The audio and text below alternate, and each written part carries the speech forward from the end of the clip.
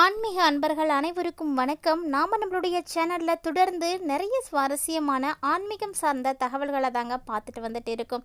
அந்த வரிசையில் இன்றைக்கி நம்ம என்ன பார்த்து தெரிஞ்சுக்க போகிறோம் அப்படின்னா, ஏப்ரல் மாதம் 2025ஆம் ஆண்டிற்கான சிறப்பான பலன்கள் எப்படி இருக்க போகுது, அதுவும் சிம்மராசி என்பவர்களுக்கு என்ன மாதிரியான மாற்றங்களானது வரக்கூடிய அடுத்த 20 நாட்களுக்குள்ளே நடக்க இருக்குது அப்படிங்கிறத பற்றி தான் நம்ம தெரிஞ்சுக்க போகிறோம்.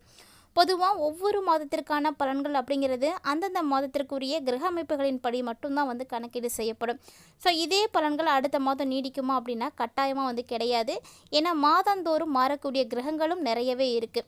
ஸோ அந்த கிரகங்களுடைய அடிப்படையில் தான் நமக்கு பலன்கள் அப்படிங்கிறது கிடைக்கும். அந்த வரிசையில் பார்க்கையில் இப்போ நம்ம பார்க்கக்கூடியது சிம்மராசி என்பவர்களுக்கு என்ன மாதிரியான கிரக சூழல்கள் இருக்குது அப்படின்றத ஃபஸ்ட்டு தெரிஞ்சுக்கலாம். அதுக்கப்புறமா அதனுடைய அடிப்படையில் என்ன மாதிரியான மாற்றங்கள் எல்லாம் அவங்க சந்திக்க இருக்காங்க அப்படின்றதையும் தொடர்ந்து பார்க்கலாம். வீடியோக்குள்ளே போகிறதுக்கு முன்னாடி நீங்கள் இன்னும் நம்ம சேனலை சப்ஸ்கிரைப் பண்ணாமல் இருக்கீங்க அப்படின்னா மறக்காமல் சேனலை சப்ஸ்கிரைப் பண்ணிக்கோங்க. கூடவே பக்கத்தில் இருக்கிற பெல் ஐக்கானையும் கிளிக் பண்ணிக்கோங்க. அப்போ தான் நாங்கள் போடக்கூடிய வீடியோக்கள் எல்லாமே உங்களுக்கு நோட்டிஃபிகேஷனாக உடனுக்குடன் வந்தடையும். நீங்களும் பார்த்து பயன்பெறலாம். வாங்க வீடியோக்குள்ளே போகலாம். சிம்மம் ராசி அன்பர்களுடைய நட்சத்திரம் பார்த்தீங்கன்னா மகம், பூரம், உத்திரம், 1ஆம் பாதம்.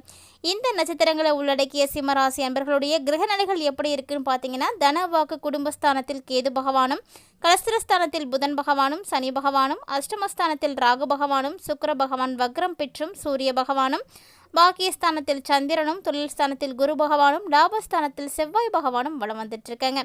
இதோடு இல்லாமல் இந்த 4வது மாதமான ஏப்ரல் மாதத்தில் கிரக மாற்றங்கள் ஆனது இருக்குது அப்படின்னா கட்டாயமாக இந்த மாதத்தினுடைய தொடக்கத்தில் இருந்து இறுதி வரைக்குமே நிறைய கிரகங்களுடைய மாற்றங்களானது ஏற்படுதுங்க.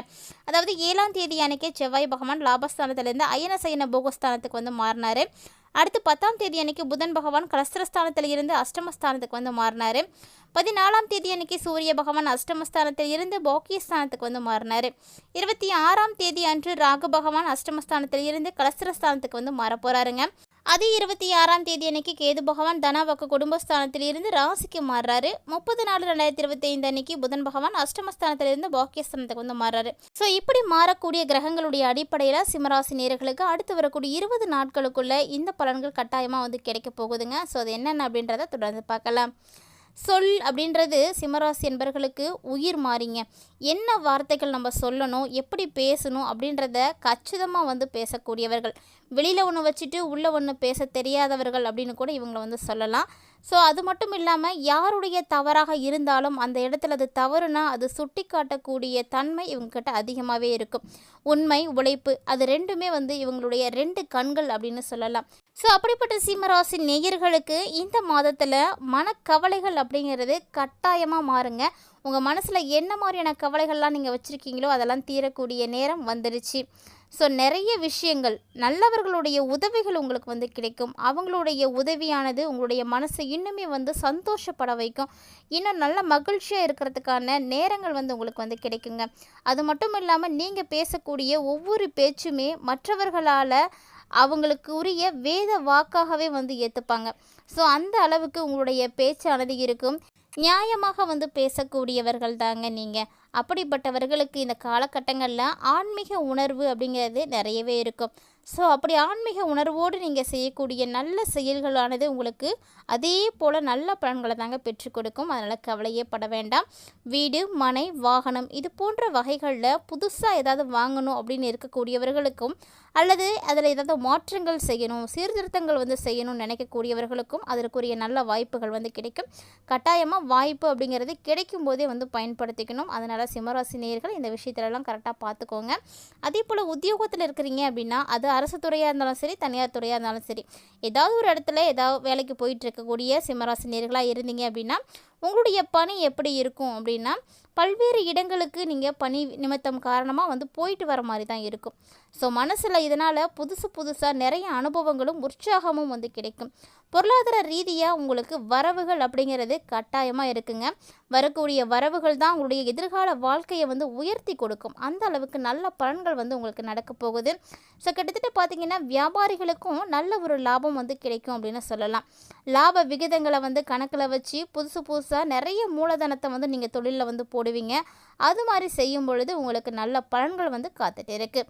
ஒருவேளை சொகுசான ஆடம்பரமான பொருட்களை விற்பனை செய்யக்கூடிய சிம்மராசி அன்பர்களாக நீங்கள் இருக்கீங்க, அது மாதிரியான தொழில் தான் வந்து செய்துட்ருக்கீங்க அப்படின்னா கட்டாயமாக அந்த தொழிலும் நல்ல ஒரு முன்னேற்றத்தை வந்து அடையுங்க.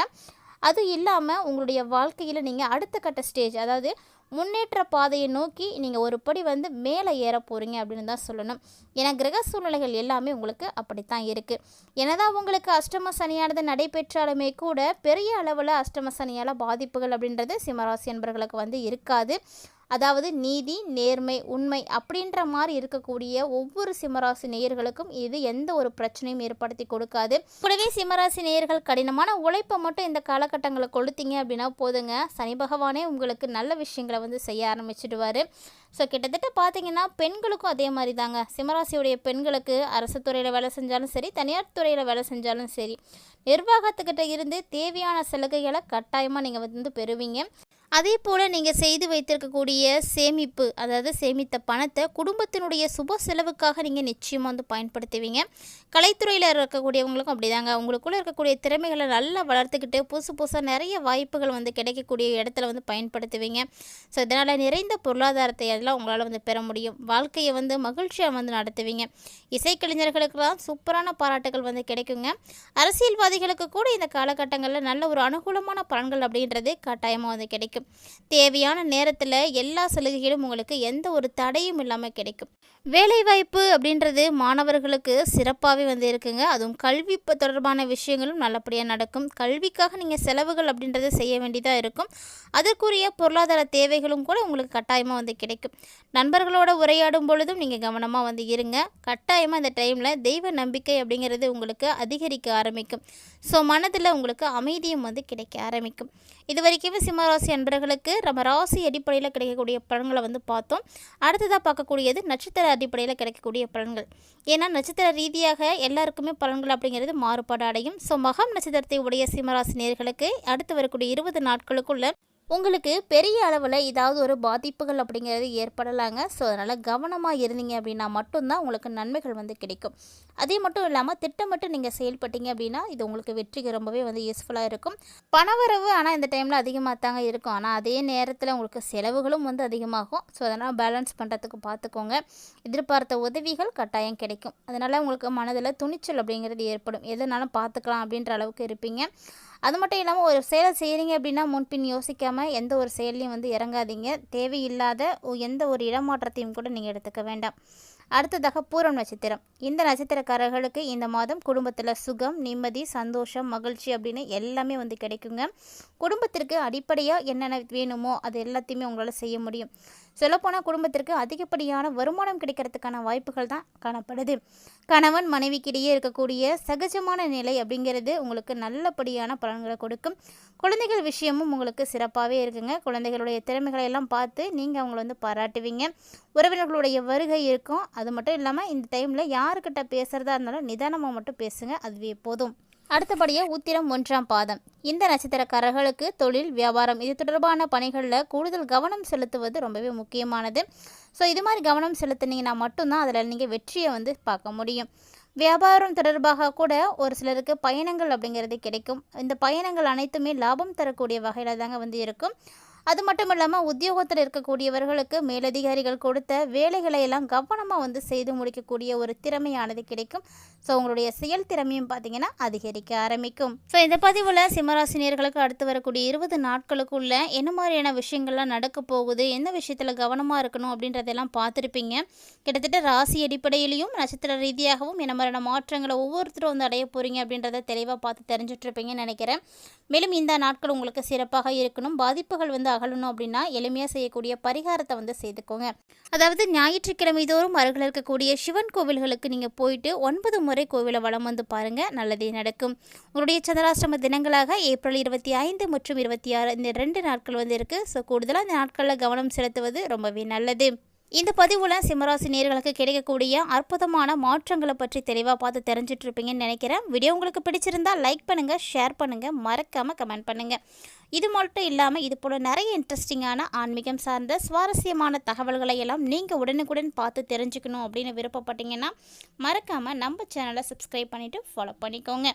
கூடவே ஆன்மீக ரீதியாக நம்மளுடைய சேனலில் கொடுக்கப்படக்கூடிய ஒவ்வொரு விதமான பரிகாரங்களும் ரொம்ப எளிமையான பரிகாரங்கள் தாங்க. அதையும் நீங்கள் செய்து நல்ல ஒரு பயன்களை பெற்றுக்கோங்க. இது போல் நிறைய இன்ட்ரெஸ்டிங்கான விஷயங்களை எல்லாம் நீங்கள் தொடர்ந்து பார்க்குறதுக்கு நம்ம சேனலை சப்ஸ்கிரைப் பண்ணிவிட்டு தொடர்ந்து ஃபாலோ பண்ணிக்கோங்க. மீண்டும் மற்றொரு சுவாரஸ்யமான ஆன்மீக தலைப்பில் சந்திக்கலாம்.